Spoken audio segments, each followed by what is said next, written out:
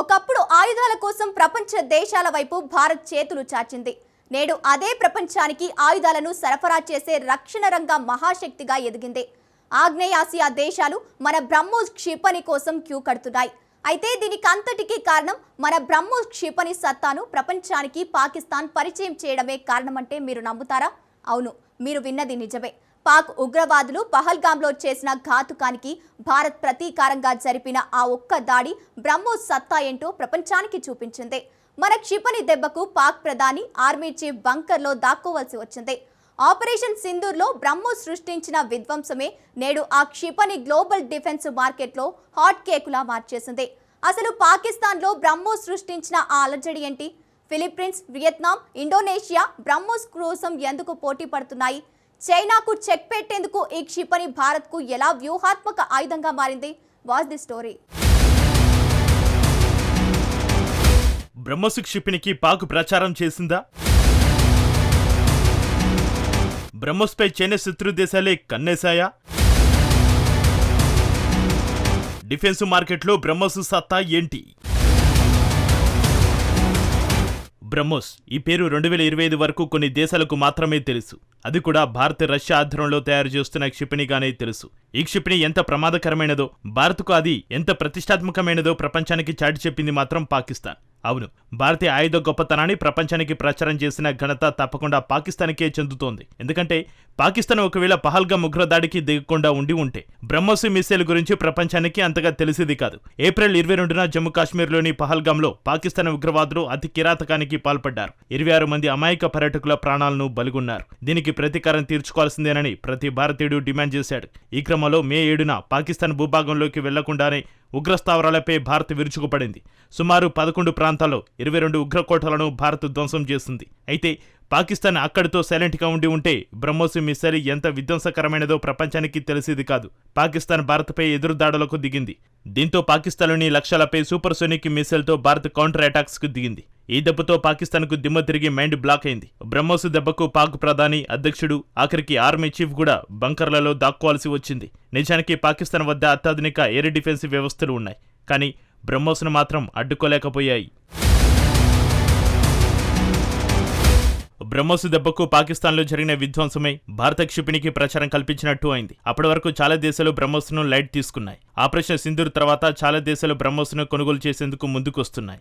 భారత్తో చర్చలు జరుపుతున్నాయి. భారతదేశానికి చెందిన బ్రహ్మోస్ క్షిపణి ఆగ్నేయాసియా దేశాలతో సరికొత్త భాగస్వామ్యాలకు సరిహద్దులు తెరుస్తోంది. ఈ క్షిపణి ప్రస్తుతం ఢిల్లీ రక్షణ రంగ పరివర్తనకు ఒక గొప్ప ప్రతీకగా నిలిచింది. నిన్నటి వరకు ప్రపంచంలోనే అత్యధికంగా ఆయుధాలను దిగుమతి చేసుకునే దేశాల ఒకటిగా ఉన్న భారత్ నేడు రక్షణ రంగ ఎగుమతుల్లో తిరుగులేని శక్తిగా అవతరిస్తోంది. ఇప్పటికే ఫిలిప్పీన్స్తో ఒప్పందం కుదుర్చుకుంది. తాజాగా వియత్నాం కూడా ఈ సూపర్సోనిక్ క్రూయిజ్ క్షిపణి కొనుగోలుపై సంతకం చేసింది. త్వరలోనే ఇండోనేషియా కూడా ఇదే బాటలో పయనించే అవకాశాలు కనిపిస్తున్నాయి. అయితే ఇది కేవలం ఒక క్షిపణి విక్రయానికి సంబంధించిన విషయం మాత్రమే కాదు.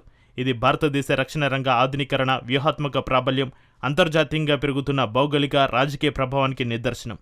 సింగపూర్లో జరిగిన షాంగ్రిలా డైలాగ్ సమావేశంలో వియత్నాం ఇప్పటికే బ్రహ్మోస్ క్షిపణిలో కొనుగోలు ఒప్పందంపై సంతకం చేసినట్లు భారత రక్షణ శాఖ ధృవీకరించింది. ఈ ఒప్పందాన్ని అధికారికంగా ఇంకా బహిరంగపరచలేదు. అయితే దీనికంటే భారీ పరిణామం త్వరలోనే చోటు చేసుకోబోతోంది. ఇండోనేషియాతోటి చర్చలు కూడా చివరి దశకు చేరుకున్నాయి.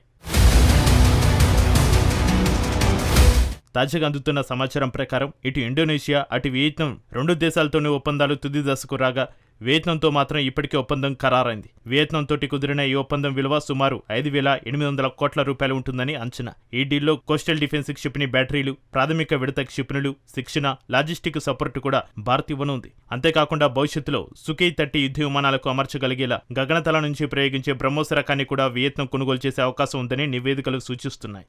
భారత్, వియత్నాం 2 దేశాలు వాయుసేనలు ఈ సుఖోయ్ 30 యుద్ధ విమానాలను ఉపయోగిస్తుండడం ఇక్కడ విశేషంగా చెప్పవచ్చు. ఇంతకీ బ్రహ్మోస్ క్షిపణిలో ఉన్న ప్రత్యేకత ఏంటి? ఈ క్షిపణి బ్రహ్మోస్ ఏరోస్పేస్ సంస్థ అభివృద్ధి చేసింది. ఇది భారతదేశం, రష్యాల ఉమ్మడి భాగస్వామ్యంలో రూపుదిద్దుకున్నది. భారతదేశంలోని బ్రహ్మపుత్ర, రష్యాలోని మోస్క్వా నదుల పేర్లను కలిపి దీనికి బ్రహ్మోస్ అని నామకరణం చేశారు. నేడు ఈ క్షిపణి భారతదేశ రక్షణ రంగ ఎగుమతుల ముఖచిత్రంగా మారుతోంది. ప్రపంచంలోనే అత్యంత వేగవంతమైన సూపర్సోనిక్ క్రూయిజ్ క్షిపణిలో ఒకటిగా బ్రహ్మోస్ గుర్తింపు పొందింది. ఇది దాదాపు మాక్ 3 వేగంతో లక్ష్యం వైపు దూసుకెళ్తోంది. అంటే ధ్వని వేగం కంటే సుమారు 3 రెట్లు ఎక్కువ వేగంతో వెళ్తుందన్నమాట. ఈ క్షిపణి గంటకు దాదాపు 3,400 నుంచి 3,700 కిలోమీటర్ల వేగంతో దూసుకెళ్తుంది. బ్రహ్మోస్ సుడిగాలి వేగం కారణంగా శత్రువులకు స్పందించే సమయం దొరకదు. అదే సమయంలో దీనిని ప్రయోగించే దేశానికి వ్యూహాత్మకంగా భారీ ఆధిక్యత లభిస్తుంది. అయితే బ్రహ్మోస్ బలం కేవలం వేగం మాత్రమే కాదు, దీనిని భూమి, సముద్రం, గగనతలం ఇలా ఎక్కడి నుంచైనా ప్రయోగించవచ్చు. శత్రువుల యుద్ధనౌకల నుంచి కీలక సైనిక స్థావరాల వరకు ఏ లక్ష్యాన్నైనా అత్యంత ఖచ్చితత్వంతోటి ధ్వంసం చేసేలా దీనిని రూపొందించారు. ఈ క్షిపణికి ఉన్న మరో ప్రత్యేక సామర్థ్యం ఫైర్ అండ్ ఫర్గెట్. అంటే దీన్ని ఒక్కసారి ప్రయోగించి వదిలేస్తే అది లక్ష్యం వైపు దూసుకెళ్లి గురి తప్పకుండా విధ్వంసం సృష్టిస్తోంది. ఆ తర్వాత దీనికి ఎలాంటి బాహ్య ఆదేశాలు అవసరం లేదు.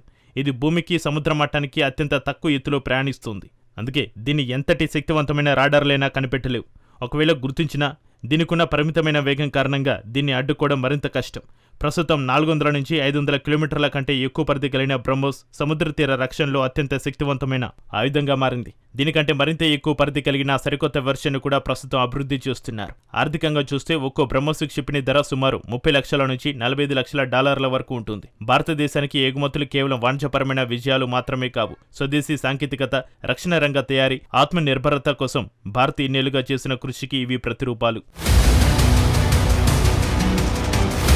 ఒకప్పుడు విదేశీ ఆయుధాలపై పూర్తిగా ఆధారపడిన ఒక దేశం నేడు ఇతర దేశాలకు అత్యాధునిక క్షిపణి వ్యవస్థను ఎగుమతి చేసే స్థాయికి చేరింది. 2022లో దాదాపు 37,50,00,000 ఒప్పందంతో ఫిలిప్పీన్స్ ఈ క్షిపణి కొనుగోలు చేసిన మొదటి విదేశీ దేశంగా నిలిచింది. 2024లో మొదటి విడత క్షిపణులను మనీలకు అందజేయగా 2025 ఏప్రిల్లో రెండో విడతను కూడా విజయవంతంగా సరఫరా చేసింది. ఇక ఇప్పుడు వియత్నాం కూడా ఈ ప్రతిష్టాత్మక జాబితాలో చేరింది. ఈ క్రమంలో తదుపరి దేశం ఇండోనేషియా కావచ్చు. అంతేకాకుండా మలేషియా, థాయిలాండ్ దేశాలు కూడా బ్రహ్మోస్ క్షిపణుల కొనుగోలు అవకాశాలను పరిశీలిస్తున్నట్లుగా నివేదికలు స్పష్టం చేస్తున్నాయి. ఈ పరిణామాలని వ్యూహాత్మకంగా ఎంతో కీలకమైన సమయంలో చోటు చేసుకుంటున్నాయి. దక్షిణ చైనా సముద్ర ప్రాంతంలో ప్రస్తుతం తీవ్ర ఉధృత పరిస్థితులు నెలకొన్నాయి. వియత్నాం, ఫిలిప్పీన్స్, ఇండోనేషియా ఈ దేశాలన్నిటికీ చైనాతోటి సముద్ర సరిహద్దు వివాదాలు ఉన్నాయి. అగ్రరాజ్యాల మధ్య పోటీ తీవ్రమవుతున్న కొద్దీ ఇండో పసిఫిక్ ప్రాంత వ్యాప్తంగా భారతదేశ రక్షణ భాగస్వామ్యాలు మరింత విస్తరిస్తున్నాయి. అత్యాధునిక క్షిపణి సాంకేతికతలను పంచుకోవడం గురించి ప్రస్తావిస్తూ ఆసియన్ దేశాల పట్ల భారతదేశానికి ఉన్న బలమైన నిబద్ధతను రక్షణ శాఖ కార్యదర్శి రాజేష్ కుమార్ సింగ్ పునరుద్ఘాటించారు. ఆగ్నేయాసియా అంతటా రక్షణ సహకారాన్ని, భద్రతా భాగస్వామ్యాలు మరింత బలోపేతం చేయాలనే భారతదేశ సంకల్పాన్ని ఆయన వ్యాఖ్యలు స్పష్టం చేస్తున్నాయి. ఢిల్లీకి ఈ రక్షణ ఎగుమతులు కేవలం వ్యాపారం మాత్రమే కాదు, ఇవి వ్యూహాత్మక సంబంధాలను నిర్మిస్తున్నాయి, ప్రాంతీయ ఉనికిని పెంచుతున్నాయి, అంతర్జాతీయ రాజకీయాల్లో ఒక బలమైన పట్టును భారత్కు అందిస్తున్నాయి. ఈ ప్రగతికి గణాంకాలే ప్రత్యక్ష సాక్ష్యం. 2024-2025 ఆర్థిక సంవత్సరంలో భారతదేశ రక్షణ ఎగుమతులు రికార్డు స్థాయికి చేరుకున్నాయి. రక్షణ ఎగుమతుల్లో 2030 నాటికి 50,000 కోట్ల రూపాయల రికార్డు లక్ష్యాన్ని ప్రభుత్వం నిర్దేశించుకుంది. ఈ ప్రతిష్టాత్మక లక్ష్యానికి కేంద్ర బిందువుగా మరేదో కాదు, బ్రహ్మోస్ క్షిపణి నిలుస్తోంది. నిన్నటి వరకు స్వయం సమృద్ధికి ప్రతీకగా నిలిచిన బ్రహ్మోస్ నేడు అంతర్జాతీయంగా వ్యూహాత్మక ప్రాబల్యానికి చిహ్నంగా మారింది. గ్లోబల్ డిఫెన్స్ మార్కెట్లో భారతదేశ రక్షణ పరిశ్రమను ప్రపంచం చూసే కోణాన్ని బ్రహ్మోస్ మార్చేస్తోంది. అయితే మరిన్ని దేశాలు దీనిపై ఆసక్తి చూపిస్తున్న తరుణంలో ఒక ప్రశ్న మాత్రం గట్టిగా వినిపిస్తోంది. భారతదేశ రక్షణ రంగ ప్రగతి ప్రస్థానానికి బ్రహ్మోస్ నిజమైన నిదర్శనంగా నిలుస్తుందా అన్నదే.